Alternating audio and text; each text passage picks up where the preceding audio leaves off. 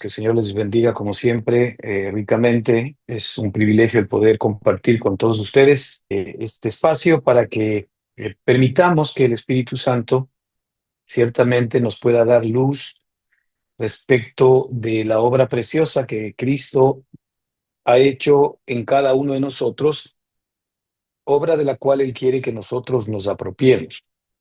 El Señor ya hizo todo lo necesario para que tú y yo caminemos en la vida de Cristo, ¿verdad? Y la vida de Cristo, pues es la vida increada, la vida para la cual tú y yo fuimos diseñados, esa vida en la cual vamos a encontrar la plenitud de todo lo que tú y yo ciertamente buscamos. Nuestra carne, al contrario, ha sido una experiencia y será mientras estemos todavía en este cuerpo, una experiencia de carencias, pero mientras tanto, ahora podemos comenzar a descubrir dentro de nosotros mismos la plenitud del Espíritu, es decir, la obra que Cristo ha hecho a nuestro favor para que juntos podamos arrancar en esta salvación eterna que el Señor nos ha dado y que a partir de este tiempo, a partir de esta vida, ¿verdad? Podamos nosotros experimentar este poder precioso y maravilloso de nuestro Señor y Salvador Jesucristo. El enemigo siempre está rondando nuestro ser para que de alguna manera pues nosotros no seamos fieles a la obra que el Señor ha hecho a nuestro favor, es decir, no nos mantengamos unidos, como hemos estado viendo todas estas semanas, a esta obra preciosa y consumada que el Señor ya hizo para todos y cada uno de nosotros, y que ello implique que no recibamos los beneficios de la vida que el Señor tiene para nosotros y que tampoco podamos ser usados por el Señor para que podamos expresar y manifestar esos beneficios a otros. Así que es importante el que sepamos que el enemigo está muy interesado en no dejar que nosotros podamos expresar y manifestar la vida de Cristo. Mientras nosotros sigamos viviendo en nuestro propio esfuerzo, mientras nosotros no entendamos que el cristianismo no se trata de hacer esto y dejar de hacer lo otro, sino que el cristianismo es la revelación, la demostración, la manifestación de la vida de Cristo en nosotros. El cristianismo es Cristo haciendo las obras de nosotros y por medio de nosotros, y nosotros como testigos de lo que Él es, simple y sencillamente recibiendo todos sus beneficios. El cristianismo es Cristo mismo obrando a nuestro favor dentro de nosotros. Y Él arranca haciéndolo en nuestro espíritu. Cuando nos da un espíritu nuevo, cuando nos da una vida nueva, ¿verdad? Y además, Él después quiere conquistar nuestra alma, conquistar nuestra mente, nuestras emociones y nuestra voluntad, de tal manera de que nosotros en esa conquista, en ese ser conquistados, podamos, ¿verdad?, conocer a Cristo, porque el ser conquistados tiene que ver con el hecho de que Cristo va apareciendo en nosotros. Es decir, la vida de Cristo va reemplazando todo lo que nosotros éramos, lo bueno y lo malo, porque el Señor no vino simplemente a quitar aquello que nosotros creemos que es malo dentro de nosotros, también vino a quitar lo que creemos que es bueno dentro de nosotros, porque la vida de Cristo, ¿verdad?, es una vida exclusiva, la vida Zoe, la vida que es del Espíritu, es una vida efectivamente es eterna, es una vida poderosa, es una vida sin carencia y es una vida que el Señor destinó para que sea nuestro motor y para que Cristo realmente sea nuestra vida. Ahora nosotros sabemos que el motor de nuestra vida en el Adán en el que estamos realmente es Adán mismo, es nuestra carne. Todo lo que nosotros somos, todo lo que nosotros decidimos, todo lo que nosotros anhelamos, todo lo que nosotros queremos en este mundo, todo lo que nosotros llamamos nuestra vida, efectivamente no es la vida de Cristo. La vida de Cristo es solamente la vida de Él y esa es la vida que Él quiere que nosotros experimentemos y vivamos. Ahora hay unos versículos que nosotros podemos mirar, ¿verdad?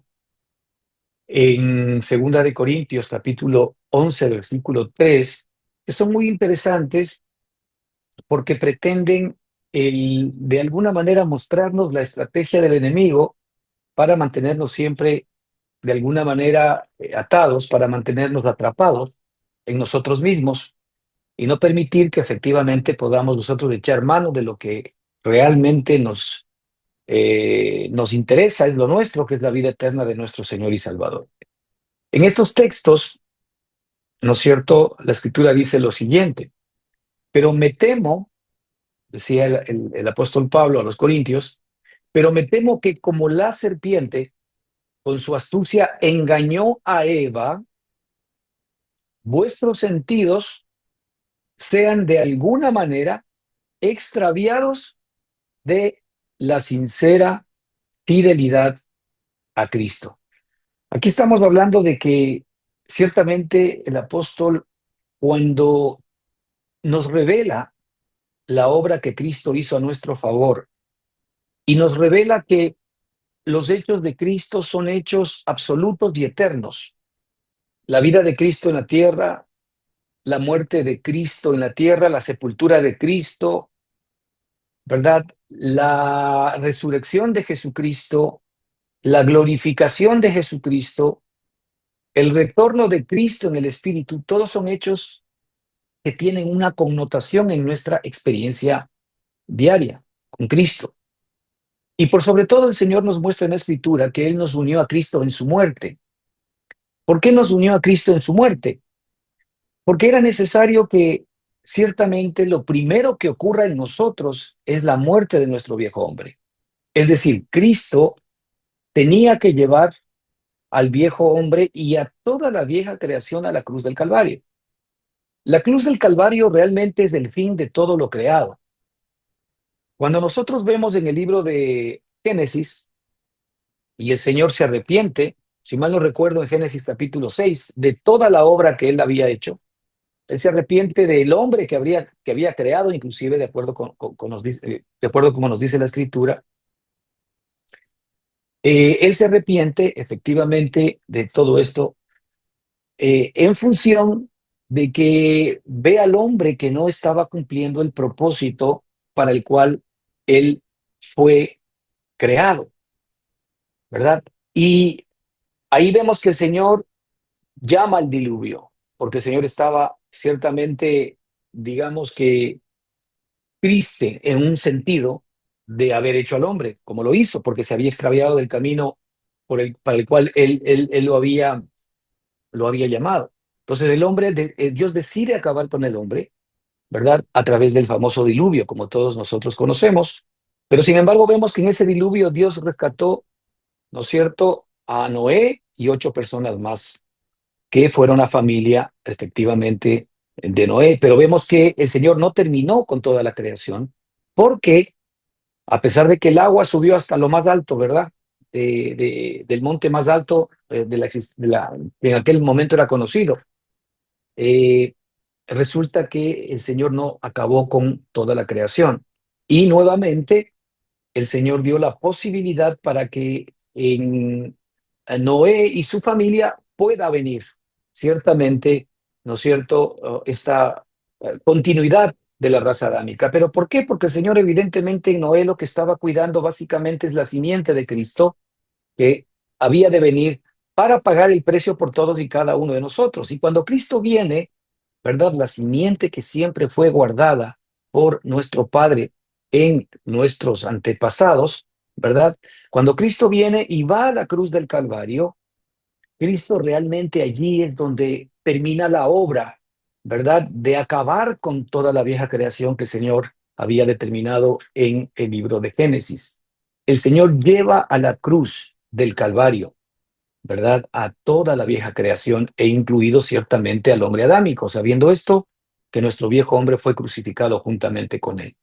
¿Por qué el Señor arranca, ¿verdad?, uniéndonos a Cristo en su muerte? Porque justamente como el Señor conocía que el hombre adámico, el hombre que se había convertido en carne, no podía bajo ninguna circunstancia agradar a Dios, entonces era necesario que el nuevo hombre, que es Cristo, ¿verdad?, en cuanto a la muerte, ya que él no tenía que morir por cuanto él nunca pecó, realmente su muerte se dé para que la muerte de la vieja creación, la muerte del viejo hombre y la muerte ¿verdad? De todo lo antiguamente hecho sea consumado y terminado. Entonces vemos que allí efectivamente el Señor terminó con la vieja creación. Ahora, ese hecho, que es un hecho en el mundo espiritual, ¿verdad? Es un hecho real, es un hecho eterno, ¿verdad? Es una realidad que efectivamente tiene una connotación en nuestro presente, cuando por medio de la fe nosotros nos apropiamos de la muerte de Cristo. Cuando nos apropiamos de la muerte de Cristo, cuando nos apropiamos de la cruz de Cristo, realmente nos estamos apropiando de la muerte de toda nuestra vieja humanidad, de todo lo que nos gusta y de todo lo que nos disgusta, ¿verdad? Evidentemente para nosotros es más fácil deshacernos de lo que nos disgusta, más difícil deshacernos de lo que nos gusta. Y en esta perspectiva se comienza a generar una guerra interior y una guerra espiritual. Y aquí el apóstol nos está mostrando esta perspectiva. Dice, pero temo que como la serpiente con su astucia engañó a Eva, vuestros sentidos sean de alguna manera extraviados de la sincera fidelidad de Cristo. Entonces aquí el apóstol hace primero una analogía importante, ¿no? Va al tiempo de Génesis y nos muestra que Satanás engañó a Eva, pero ¿en dónde es que efectivamente Satanás, ¿verdad? ¿En qué área de Eva, de su ser, Satanás quería atacar? Y aquí él muestra y nos dice que eh, efectivamente Eva fue atacada en sus sentidos. Eva fue atacada eh, en todo su sistema sensorial, ¿verdad? Eva fue atacada a través de su sensualidad. Eva fue atacada a través de lo que ella podía ver, de lo que ella podía percibir. Ella fue atacada a través de gustos, ¿verdad? Que nosotros podemos generar, que son no nacidos desde el espíritu, sino que le pertenecen directamente a nuestra carne. Y gustos que pueden ser inclusive eh, santamente aceptables, ¿verdad? En el sentido de que no necesariamente hacen daño a los demás. Pero sin embargo, como nos dice la escritura, que todo lo que no es nacido de fe es pecado, significa que el hombre de fe que está dentro de nosotros, que es el hombre nacido de nuevo, que es la nueva creación, que es el hombre resucitado por Cristo, es el que ahora en nuestra nueva relación con Dios y en esta nueva creación es ahora el que debe hacer las obras. Es decir, este es el Cristo que mora dentro de cada uno de nosotros, ¿verdad? De las cuales, de las obras de las cuales el Señor se agrada y está interesado en que efectivamente se vayan realizando permanente y continuamente. Entonces aquí vemos cómo hay un área en nuestra vida que son nuestros sentidos, ¿verdad? Que normalmente son el blanco permanente y continuo, ¿verdad? De Satanás para darnos con todo. Muchas veces nosotros no crecemos de nuestra vida cristiana, no crecemos de nuestra madurez con el Señor, porque todavía somos personas sensuales. Es decir, somos personas que nos dejamos guiar por nuestros propios sentidos, ¿verdad? Que nos dejamos realmente convencer por nuestra propia sensualidad. Y eso el enemigo efectivamente conoce bien. Él sabe que hay una fórmula cómo nosotros podemos extraviarnos de la sincera fidelidad a Cristo. Y es efectivamente como a Eva, con astucia, engañándola de tal manera de que efectivamente nosotros podamos ser extraviados de esa perspectiva que el Señor tiene para todos y cada uno de nosotros. Entonces está clarísimo que la serpiente de la cual está hablando aquí, como la serpiente con astucia engañó a Eva, sigue siendo de alguna manera la promotora y sigue siendo la que motiva generalmente a este extravío dentro de todos y cada uno de nosotros. Claro, hemos dicho que efectivamente nuestra carne realmente es un aliado estratégico de todo lo que Satanás es. Nuestra carne no necesita simple y sencillamente ser tentada, sino que nuestra carne efectivamente, al contrario, de alguna manera busca la tentación. De hecho, la Escritura dice que nosotros de nuestra propia concupiscencia, ¿verdad? Somos atraídos y seducidos. Es decir, nosotros no somos atraídos y seducidos por Satanás necesariamente, sino que de nuestra propia concupiscencia somos atraídos y seducidos. Y Satanás utiliza esa capacidad que nosotros tenemos para, de alguna manera, extraviar efectivamente nuestros sentidos, de alguna manera poniéndole queso al ratón para que, por supuesto, pueda caer en la trampa, por decirlo de alguna manera. El apóstol Pedro, ¿verdad? Respecto de este tema, en Primera de Pedro 2:11, hablándonos a todos nosotros, ¿verdad? Decía lo siguiente: amados, yo os ruego como a extranjeros y peregrinos, yo os ruego como extranjeros y peregrinos que os abstengáis de los deseos carnales que batallan contra el alma. Aquí tenemos que ver algo importante. Los puntos que quiero de alguna manera enfatizar ahora son esa lucha espiritual, ¿verdad? Identificar efectivamente cuáles son las áreas de esa lucha espiritual. Aquí vemos algo importante. Dice que los deseos carnales batallan contra el alma. Fíjate, el alma, nuestra alma ahora, ¿verdad? Generalmente quiere, ahora que conocemos a Cristo, quiere servir al Señor, quiere tener una relación estrecha con Él, quiere de alguna manera estar absolutamente unida y amistarse con el Señor, pero tenemos nosotros, de acuerdo con este versículo, ¿verdad? Los deseos carnales que batallan contra el alma. Mira, nosotros tenemos deseos en nuestra propia carne, ¿verdad? Que tienen su propia expresión y manifestación y que efectivamente son contrarios a este deseo y a este anhelo que tiene nuestra alma por tener una relación, ¿no es cierto?, íntima con el Señor y con el Espíritu. Nuestros propios deseos se convierten en un arma del enemigo, efectivamente, ¿verdad?, que batallan contra nuestra alma. Es decir, esos deseos de la carne son enemigos de nuestra alma. Fíjate cómo la carne, ¿verdad?, en lugar de eh, ayudarnos en algún sentido, más allá de que podamos entender estas circunstancias, ¿verdad? Nuestra carne, nuestros deseos carnales se convierten en armas que batallan contra nuestra propia alma, ¿verdad? Y este es otro punto importante que debemos tener en cuenta.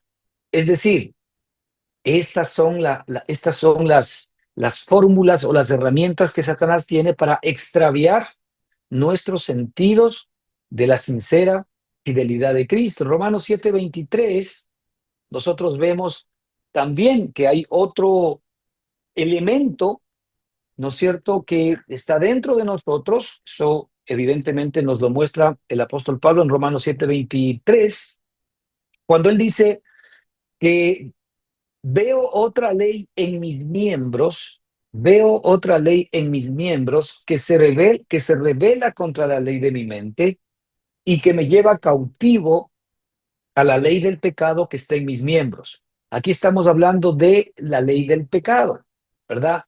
En nosotros, en nuestra carne, hay una ley que siempre nos está llevando al pecado.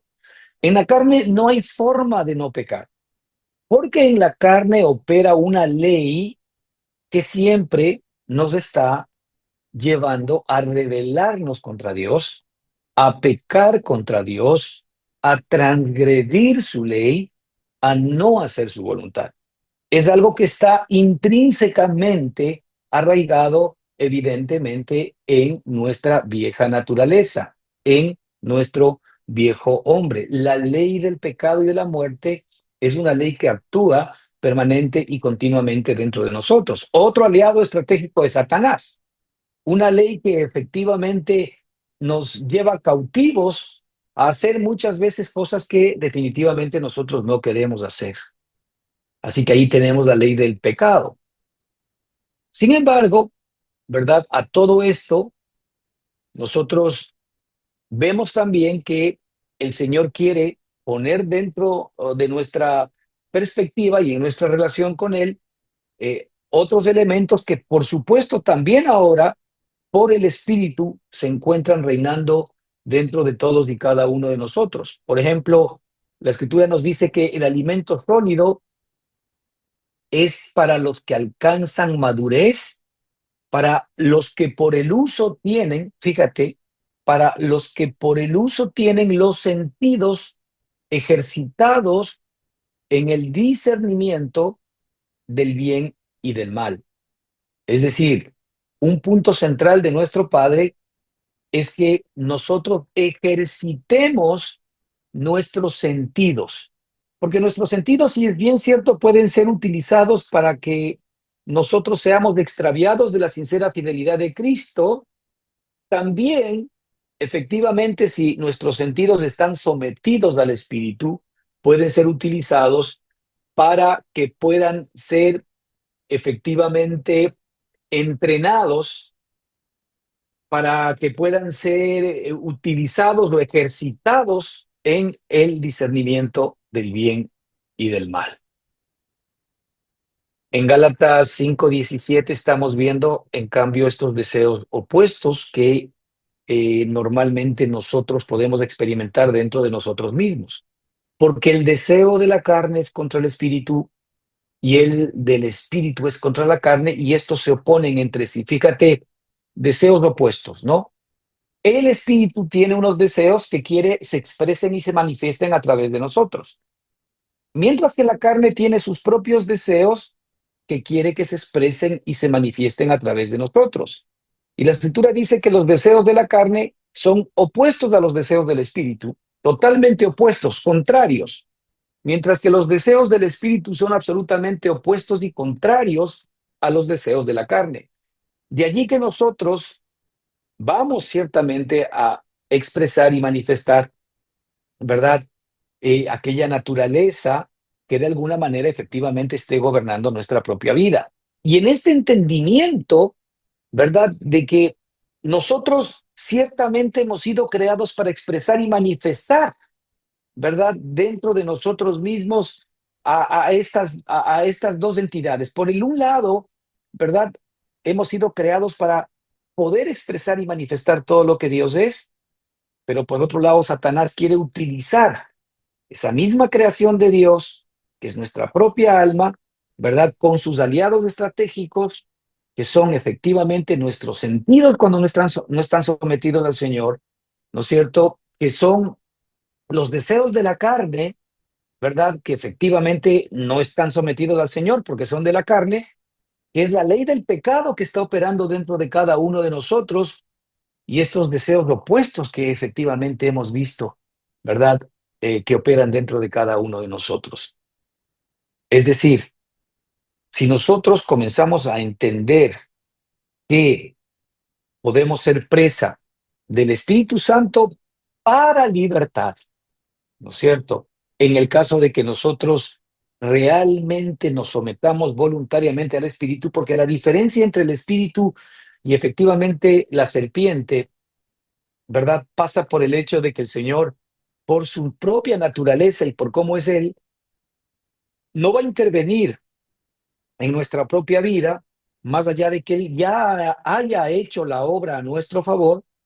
Él no va a intervenir en que los efectos y los beneficios de la obra que Él ha hecho a nuestro favor sean una experiencia particular en nuestro día a día si nosotros no se lo permitimos. Mientras que Satanás nos obliga a hacer cosas que no queremos hacer, porque no hago el bien que quiero, sino el mal que no quiero, eso hago. Entonces, mientras vemos que Satanás engaña, que Satanás esclaviza, que Satanás utiliza efectivamente, ¿verdad?, nuestros sentidos y nuestra alma para meternos de cabeza y expresar toda su maldad y todo su pecado, expresar toda su justicia propia.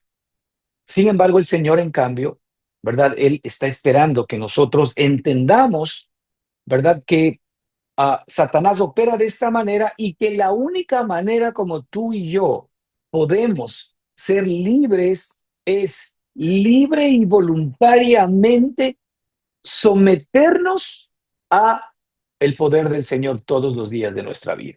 Ahí es donde la cruz de Cristo tiene que operar. ¿Por qué?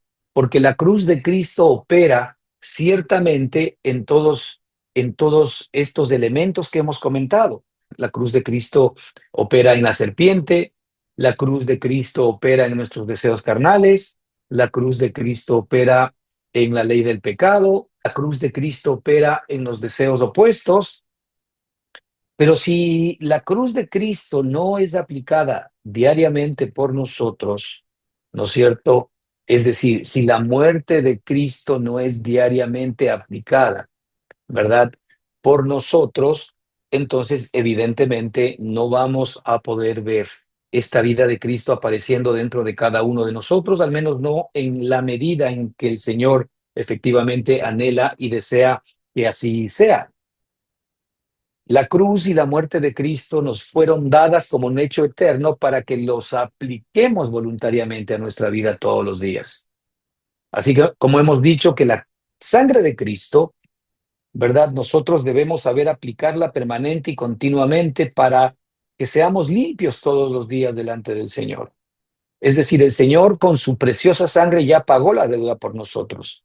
Y esa sangre preciosa y maravillosa alcanza no solamente para pagar aquellos pecados, ¿verdad? Que nosotros conocíamos hasta el momento en que conocimos a Cristo como nuestro Señor y Salvador, sino aún aquellos pecados que aún desconocemos que los habíamos cometido y aquellos pecados que seguiremos cometiendo hasta que estemos en esta carne. ¿Qué significa aquello? Que nosotros aprendemos a aplicar diariamente la sangre de Cristo para estar limpios delante del Señor, ¿verdad? Y poder efectivamente tener la aspiración de una conciencia limpia delante de Él, para que podamos entrar confiadamente al trono de su gracia, para que podamos en ese sentido alcanzar misericordia para el oportuno socorro, de acuerdo a lo que el Señor tiene preparado para todos y cada uno de nosotros. Así que Eva evidentemente no conocía la estrategia de Satanás. Eva desconocía efectivamente cómo Satanás a través del engaño lo que efectivamente él estaba es apuntando a sus sentidos para que sean extraviados de la fidelidad del Señor. Ahora, Satanás utiliza, o la serpiente utilizan, que son sinónimos, la misma estrategia para apartarnos de la sincera fidelidad a Cristo. Nuestra alma realmente, cuando está sometida al Señor, puede convertirse, ¿verdad? Realmente en un alma fiel, en una esposa fiel al Señor. Pero necesita que el esposo esté gobernando sobre ella. Si el esposo no gobierna, ¿verdad? Sobre la esposa, si el espíritu no gobierna sobre el alma, entonces el alma no puede, bajo ninguna circunstancia, serle fiel a Dios. Porque el alma fue creada para efectivamente ser llena de Él, para ser absolutamente saturada de todo lo que Dios es en su mente, en sus emociones y en su voluntad. Y el alma efectivamente llena de Cristo, lo único que va a hacer es expresar y manifestar a Cristo y los deseos de Cristo, los anhelos de Cristo y todo lo que Cristo es, va a ser efectivamente todo lo que el alma de alguna manera requiera. ¿Cómo logramos esto? Bueno, cada día, como hemos dicho, necesitamos, hermanos, no descuidar el que, como decía el apóstol Pablo, tenemos que cerciorarnos de llevar cada día en nosotros la muerte de Cristo para que también la vida de Cristo se manifieste en nuestro cuerpo carnal, ¿verdad? Es decir, muchos de nosotros decimos, pero ¿por qué yo no puedo experimentar la vida de Cristo? Porque no he experimentado la muerte de Cristo. Si yo no experimento la muerte de Cristo, y esto es algo voluntario, esto es algo que yo aplico a mi vida, ¿sí? La muerte de Cristo verdaderamente fue mi muerte. Cristo no tenía por qué morir. Eso debes meterte en la cabeza y pedir que el Señor te dé sabiduría y entendimiento. Cristo no tenía por qué morir, porque la Escritura nos dice que la paga del pecado es la muerte, pero Cristo nunca pecó. Por tanto, nunca tenía que morir. Entonces la pregunta es, entonces, ¿por qué murió Cristo? Bueno, Cristo murió por todos aquellos que sí habíamos pecado y que efectivamente teníamos que morir. La muerte de Cristo realmente entonces es mi muerte. Es la muerte que yo tenía que morir. La muerte que yo tenía que morir, ¿verdad? El único que podía traerla a efecto es Cristo mismo. Porque si Cristo no moría por mis pecados, entonces mi muerte, la muerte normal que tenemos todos los seres humanos, ¿no es cierto? No solamente la muerte del cuerpo, sino que esta muerte permanente y continua del alma, que no es más que el alejamiento permanente y continuo de todo lo que es Dios. Y ahora vemos a mucha gente, por ejemplo, en su alma, que no cree en Dios, que no piensa en Dios, que no le interesa a Dios, que blasfema a Dios. Claro, son personas que están absolutamente alejadas de Dios. ¿Eso qué significa? Que están muertas espiritualmente. Están simple y sencillamente experimentando una lejanía de Dios porque ciertamente están muertas espiritualmente, ¿verdad? Entonces, nosotros cuando morimos en espíritu, en alma y en cuerpo, es a causa de que nosotros hemos pecado. Es decir, es la paga de nuestro pecado. Pero como Cristo nunca pecó, entonces Él, ¿verdad?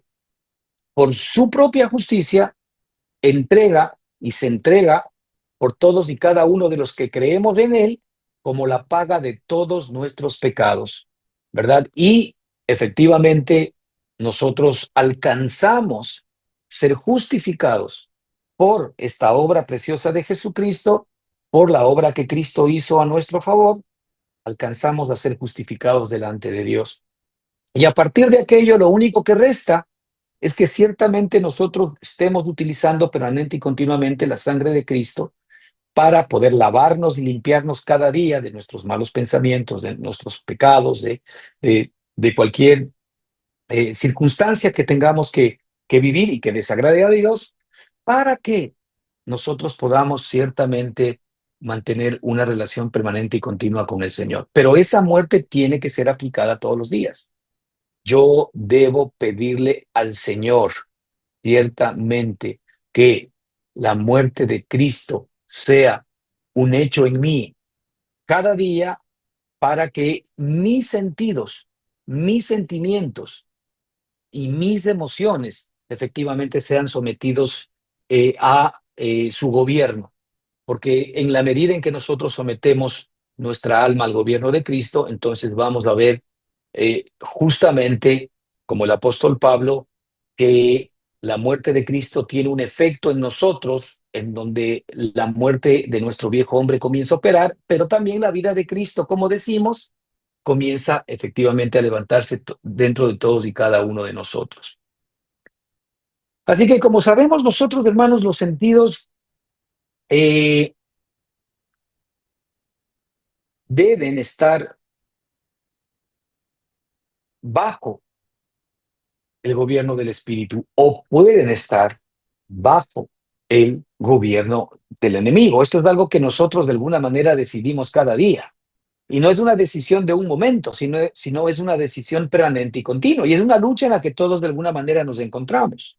Ahora, estos sentidos están operando en nuestra mente, estos sentidos están operando en nuestra voluntad, estos sentidos están operando en nuestras emociones, estos sentidos están operando en nuestra imaginación, estos sentidos están operando en nuestra conciencia. Entonces, el teatro de lucha, ¿no es cierto?, en el cual efectivamente Satanás y el propio Espíritu Santo quieren tener supremacía, es en nuestra voluntad, es en nuestras emociones, ¿no es cierto?, en nuestra mente, que allí está pues todo lo que es nuestra imaginación, que la mente es una generadora de imágenes, ¿no es cierto?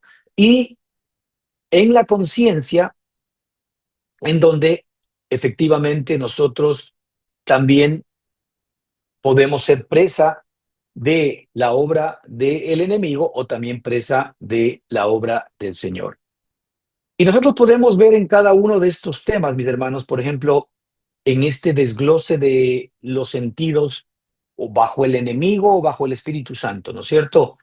Si nosotros, por ejemplo, vemos de Efesios 4, 17, 18, vamos a ver algo importante, que allí el Señor nos dice que nosotros somos enemigos de Dios en nuestra mente. Efesios 4, 17, 18. Fíjate que nuestra mente puede ser utilizada por el enemigo, ¿verdad? Para que efectivamente nosotros nos convirtamos en enemigos del Señor. Nuestra mente entenebrecida. La Escritura dice que nuestros pensamientos son vanos también en Romanos 1:21, ¿sí? Mientras que cuando hablamos del Espíritu, la Escritura nos muestra en Romanos 12:2 que nuestra mente puede ser renovada y transformada. Fíjate, el enemigo lo que hace es oscurecer nuestra mente cuando efectivamente estamos bajo la potestad de él. El enemigo hace que todos nuestros pensamientos sean vanos. Así es como él efectivamente utiliza nuestros sentidos cuando estamos nosotros de alguna manera engañados por el enemigo. Pero cuando estamos en el Espíritu, ¿verdad? La misma acción del Espíritu Santo es renovar y transformar, ¿verdad? A todos y cada uno de nosotros. Él renueva y transforma, ¿verdad? Nuestro ser, renueva nuestra alma y transforma nuestro ser. El Señor dice, renovaos o transformaos por medio de la renovación de vuestro entendimiento. Y el Señor nos dice que efectivamente, cuando estamos bajo, ¿no es cierto?, el poder de Dios, en nosotros opera algo maravilloso que es la mente de Cristo. La mente de Cristo que está dentro de todos y cada uno de nosotros, esa mente que es la mente que debemos aprender a echar mano y a tocar para que la revelación de parte de Dios, la revelación de parte de lo que Él ha hecho a nuestro favor, realmente se revele a nosotros todos y cada uno de los días, ¿sí? Entonces, vemos allí cómo el espíritu y el enemigo podrían operar en nuestra mente de una manera absolutamente distinta. Lo mismo pasa en la voluntad. Si ustedes ven en Romanos 8:7, la escritura nos muestra que nosotros nos volvemos rebeldes y obstinados. El enemigo tiene esa disposición en volvernos cada vez más rebeldes y obstinados delante de Dios. Mientras que cuando hablamos del Espíritu, de acuerdo a Filipenses 2:13 y Lucas 22:42, por ejemplo, el Espíritu, ¿verdad?, nos hace obedientes al querer de Dios, porque Él es el que opera en vosotros, así el querer como el hacer. Nosotros queremos hacer la voluntad de Dios cuando estamos efectivamente bajo el gobierno del Espíritu. Pero cuando estamos bajo el engaño del enemigo, evidentemente nosotros nos volvemos rebeldes y obstinados. Tal vez todas estas cosas, de alguna manera, deberían ser patrones que nos permitan a nosotros compararnos, ¿verdad?, a nosotros mismos respecto de en qué posición nos encontramos, ¿verdad? Si estamos nosotros de alguna manera cediendo territorio al enemigo, todas estas cosas van a comenzar a aparecer en nuestra vida, sine qua non. Porque resulta que ciertamente cuando Satanás opera, estas cosas van a comenzar a operar. Pero cuando Cristo es el que está operando, entonces también las cosas que son de Cristo, ¿verdad? Su persona, su personalidad, sus deseos, sus anhelos, van a ser de alguna manera directamente proporcionales también dentro de cada uno de nosotros. Las emociones que hemos estado mirando son otro eh, sistema de, ¿verdad?, sentidos que el apóstol quiere atacar. En las emociones, nosotros vemos que cuando el enemigo realmente está operando en ellas, sí, nosotros comenzamos a ser dominados por pasiones, comenzamos a ser dominados por ira, podemos comenzar a ser dominados por celos, por ansiedad. Esto lo vemos en Gálatas 5:19-21. Usted puede ir allí y ver cómo efectivamente nosotros normalmente comenzamos a desarrollar todos estos síntomas cuando el enemigo de alguna manera está tomando control, está manejando la situación. Pero cuando el espíritu maneja la situación, cuando el espíritu es el que está gobernando, entonces nosotros, conforme a lo que dice la propia escritura en Romanos 5:5, vamos a ser gobernados por el amor, por el gozo, por la paz, por la paciencia, por todo lo que Cristo es.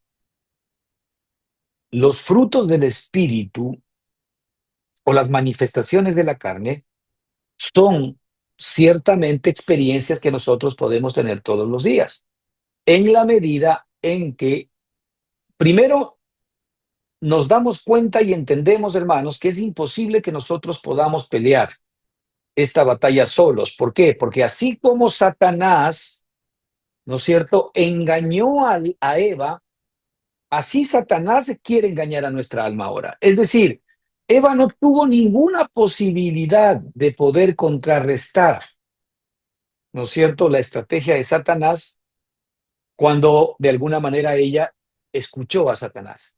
No tuvo ninguna posibilidad de poder salir bien librada de esa situación, sino que inmediatamente fue extraviada de la sincera fidelidad a Dios.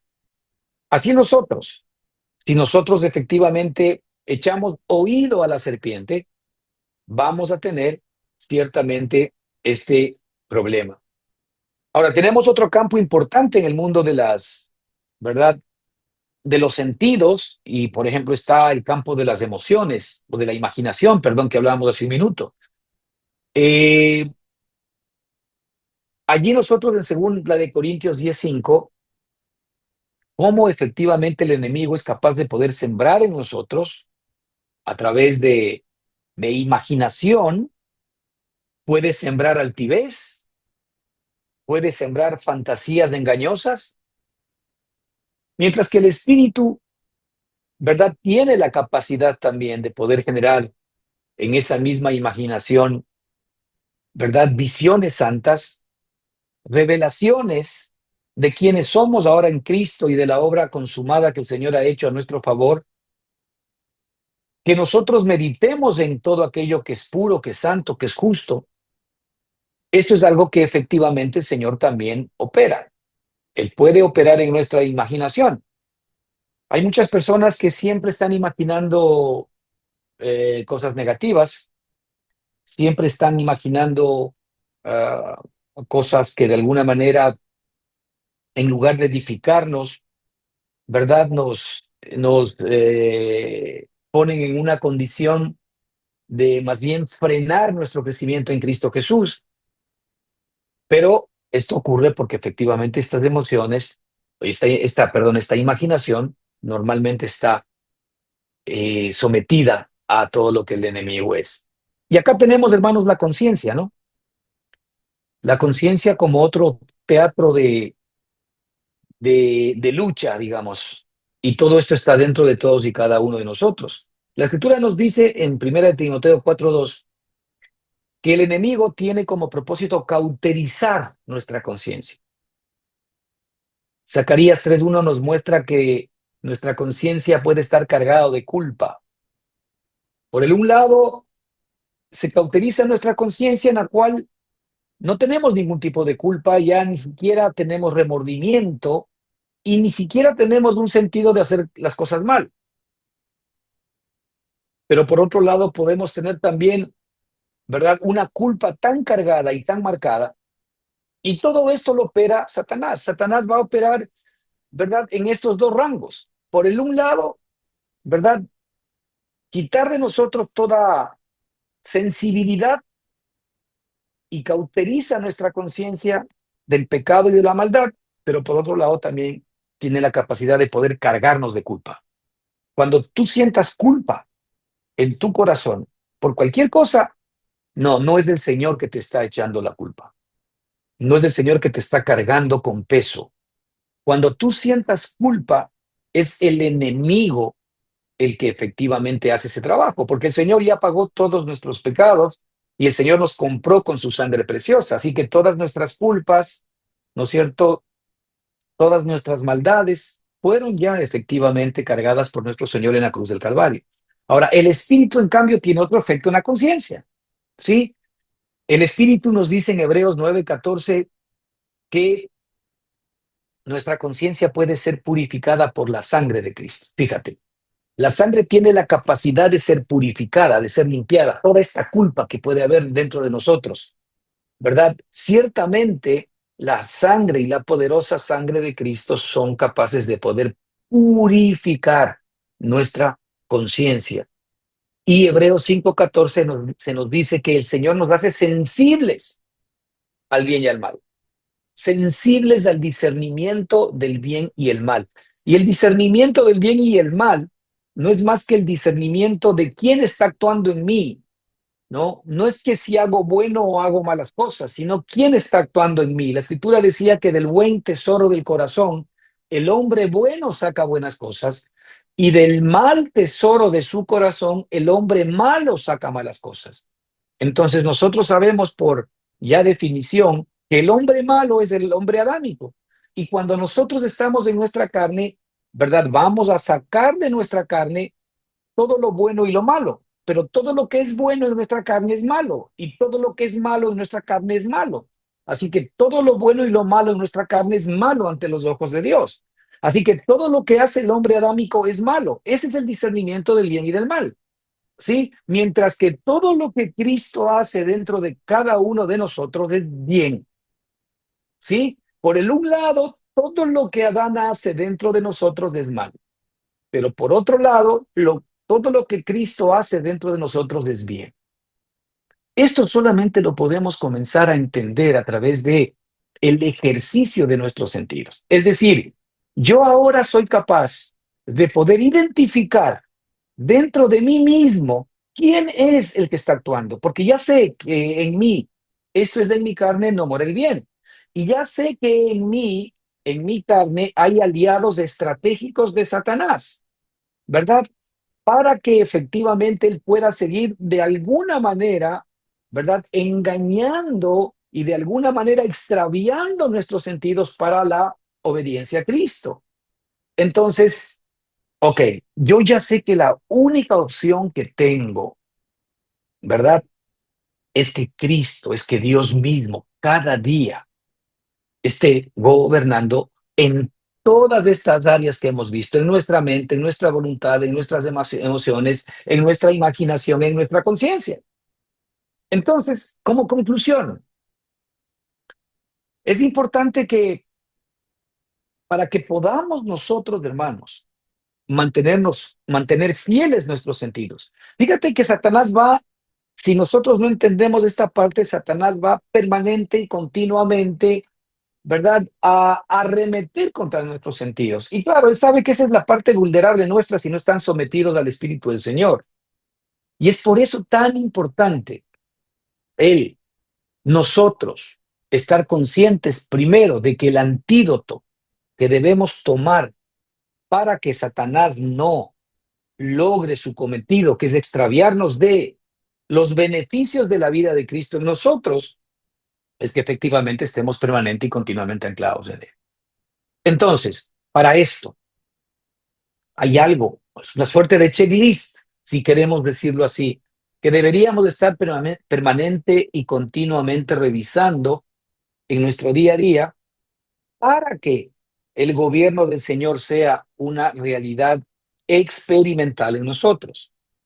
Es importante primero que nosotros apliquemos diariamente la muerte de Cristo, es decir, apliquemos diariamente la cruz de Cristo en nosotros.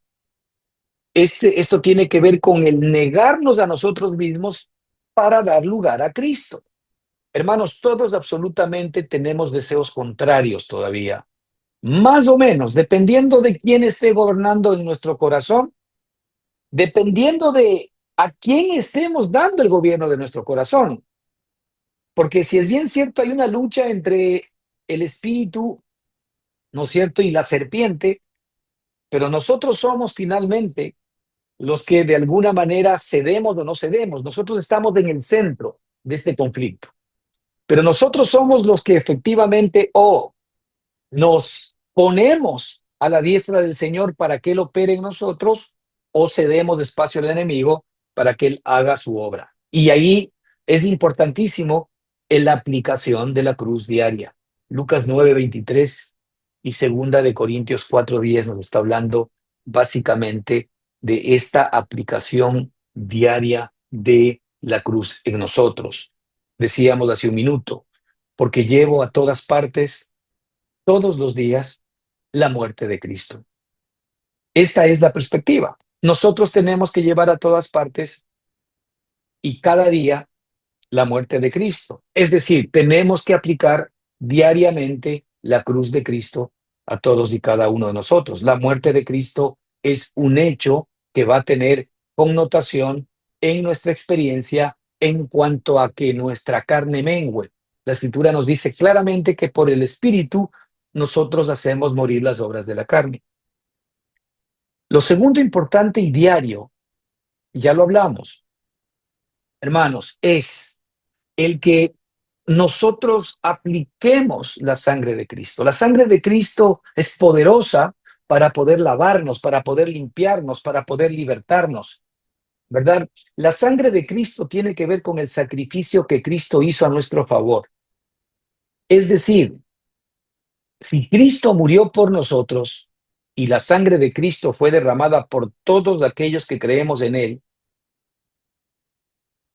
ese valor de la sangre de Cristo, ¿verdad? Que el Padre conoce, es más valioso que que el pecado de todos los seres humanos durante todas las épocas de toda la historia de la humanidad. Esa sangre preciosa es más valiosa que toda nuestra maldad. Y cuando yo entiendo aquello, yo dejo sin piso a Satanás, porque no hay absolutamente nada que mi Padre ya no haya perdonado y no haya cancelado y pagado en el sacrificio precioso de su amado Hijo a nuestro favor. El derramamiento de su sangre y su sangre preciosa, que es una sangre eterna, que se encuentra hoy en el altar, en el cielo mismo. Esa sangre es la que está dando testimonio de que fue la paga por tus pecados y por mis pecados, y esa sangre es una sangre eterna. Todas las cosas que Cristo hizo en esta tierra tienen connotaciones de eternidad. Entonces, la sangre del Cordero nos trae limpieza y victoria contra las acusaciones de Satanás. Necesitamos nosotros estar clarísimos de esto, ¿verdad? Y en la medida en que la madurez de Cristo va haciéndose visible en nosotros, nosotros vamos a utilizar, ¿verdad? Con muchísima más eficacia la sangre preciosa de Cristo todos los días, según Primera de Juan 1:7 y Apocalipsis 12:11. Lean ustedes allí y van a ver lo eficiente que efectivamente es la sangre de Cristo a nuestro favor. Otro tema importante que efectivamente es de práctica permanente y continua, ¿no es cierto? Es el renovar la mente y entrenar el discernimiento, que tienen que ver básicamente con la meditación de la palabra del Señor. Es decir, la meditación en la escritura. Es importante, hermanos, que no dejemos de alimentarnos del pan de vida. El Señor Jesucristo dijo, las palabras que yo les he hablado son espíritu y son vida, y yo soy el pan de vida. Entonces, cuando nosotros meditamos realmente en la palabra de Cristo, ¿no es cierto? Ciertamente nos estamos alimentando de él, estamos comiendo del pan de vida. Y esa comida diaria, ciertamente lo que va a hacer es renovar nuestra mente. Si algo nosotros necesitamos es que exista una suerte de diálisis mental para que toda la palabra, para que todo el pensamiento, para que toda la sabiduría, para que toda la revelación de lo que Cristo es, efectivamente sea aplicada a nuestra mente natural. Nuestra mente natural, nuestros pensamientos tienen que ser desechados. Ya lo dice la Escritura, ¿verdad? Que el Señor tiene un ministerio, ¿verdad? Que tiene que ver efectivamente con nuestra mente, primero para destruir fortalezas. Fíjate, el ministerio es destruir.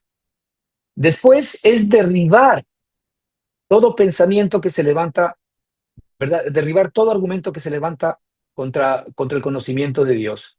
Y después es llevar cautivo todo pensamiento a la obediencia a Cristo. Ahí estamos hablando de tres acciones distintas de nuestro Padre, ¿no? Él destruye, él derriba y él trae cautivo. Todo esto tiene que ver con nuestra mente. Y es por eso que efectivamente uno de los lugares ¿verdad? En donde se pelea más duramente esta batalla interna, en donde Satanás quiere extraviar, ¿no es cierto?, nuestros sentidos de la sincera fidelidad de Cristo, justamente es nuestra mente. Pero cuando nosotros renovamos la mente con la palabra viva del Señor, lo que estamos haciendo es entrenar nuestro discernimiento. Como ahora. Ahora nosotros estamos identificando cuál es la estrategia de Satanás. Cómo Satanás efectivamente intenta apartarnos de lo que realmente necesitamos y de lo que realmente, ¿verdad?, debemos de experimentar. Y esa es la manera como efectivamente tú y yo nos tenemos que manejar. También tenemos nosotros otra práctica permanente y continua en nuestro espíritu que debe ser tomada en cuenta, y es la comunión con el Espíritu, es la comunión con el Señor. La comunión es dejar que Él gobierne cada área del alma. Mira, la comunión tiene que ver básicamente con efectivamente venir dispuesto a entregar cada área de mi vida al Señor, mi mente, mis emociones, mi voluntad, mi cuerpo y todo mi ser. Esto yo le entrego, sabiendo que el que comenzó la buena obra, Él mismo la va a perfeccionar. Yo no vengo, ¿no es cierto?, desde una perspectiva en mi carne creyendo que soy perfecto. Yo vengo sabiendo que en mi espíritu, efectivamente, yo soy perfecto como Él es, pero que necesito que esa perfección, que esa santidad, que esa justicia, que esa verdad se vaya impartiendo diariamente en mi alma. Y eso yo logro con comunión con el Espíritu. Mira, la comunión no es para pedirle cosas. La comunión no tiene que ver con sentir cosas bonitas. La comunión tiene que ver básicamente con dejar que Él gobierne cada área de nuestra alma. Esto está en 2 Corintios 13:14. Él gobierne cada área de nuestra alma. Y algo importantísimo que no podemos jamás perder de vista, y es que todo esto tiene realmente un propósito final. Cada cosa que hemos hablado, la cruz diaria, la sangre del Cordero, la palabra viva, la comunión con el Espíritu, tienen un clímax fundamental y es la revelación de Cristo en nosotros. Cristo finalmente tiene que ser revelado. Cristo tiene que ser engrandecido. Cristo tiene que ser impartido. Cristo tiene que crecer en nuestra propia vida, porque para eso fuimos creados. Hebreos 12:2 nos dice que mantengamos los ojos puestos en Él, porque Él es el autor y Él es el consumador de la fe. Él es el autor y el consumador de la fe. Gracias al Señor que Él fue el que comenzó la obra de Cristo dentro de cada uno de nosotros y por tanto Él mismo lo va a terminar. Pero la pregunta es, ¿cuál es mi papel, no es cierto, en esta ecuación? Pues simple y sencillamente el permitirle a Él hacer la obra en mí, dejarme, pedírselo, reconocer que si algo yo necesito, hermanos, es más de la vida de Cristo y menos de mí mismo, más de Él, menos de yo. Esa es la perspectiva, más de Él, menos de mí mismo.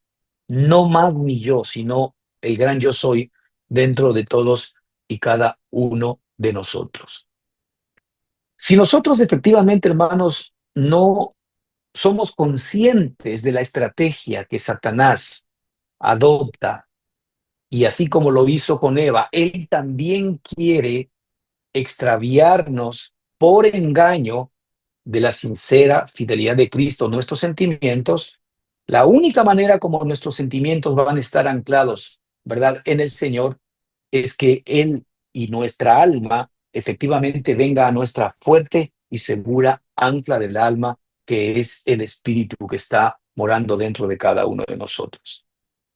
Así que la exhortación de parte del Señor para nosotros es que estemos atentos efectivamente a que estemos tomados por el Señor, a que estemos gobernados por Él, en mente, en emociones, en voluntad, en imaginación, en conciencia, en todo lo que efectivamente Satanás quiere operar.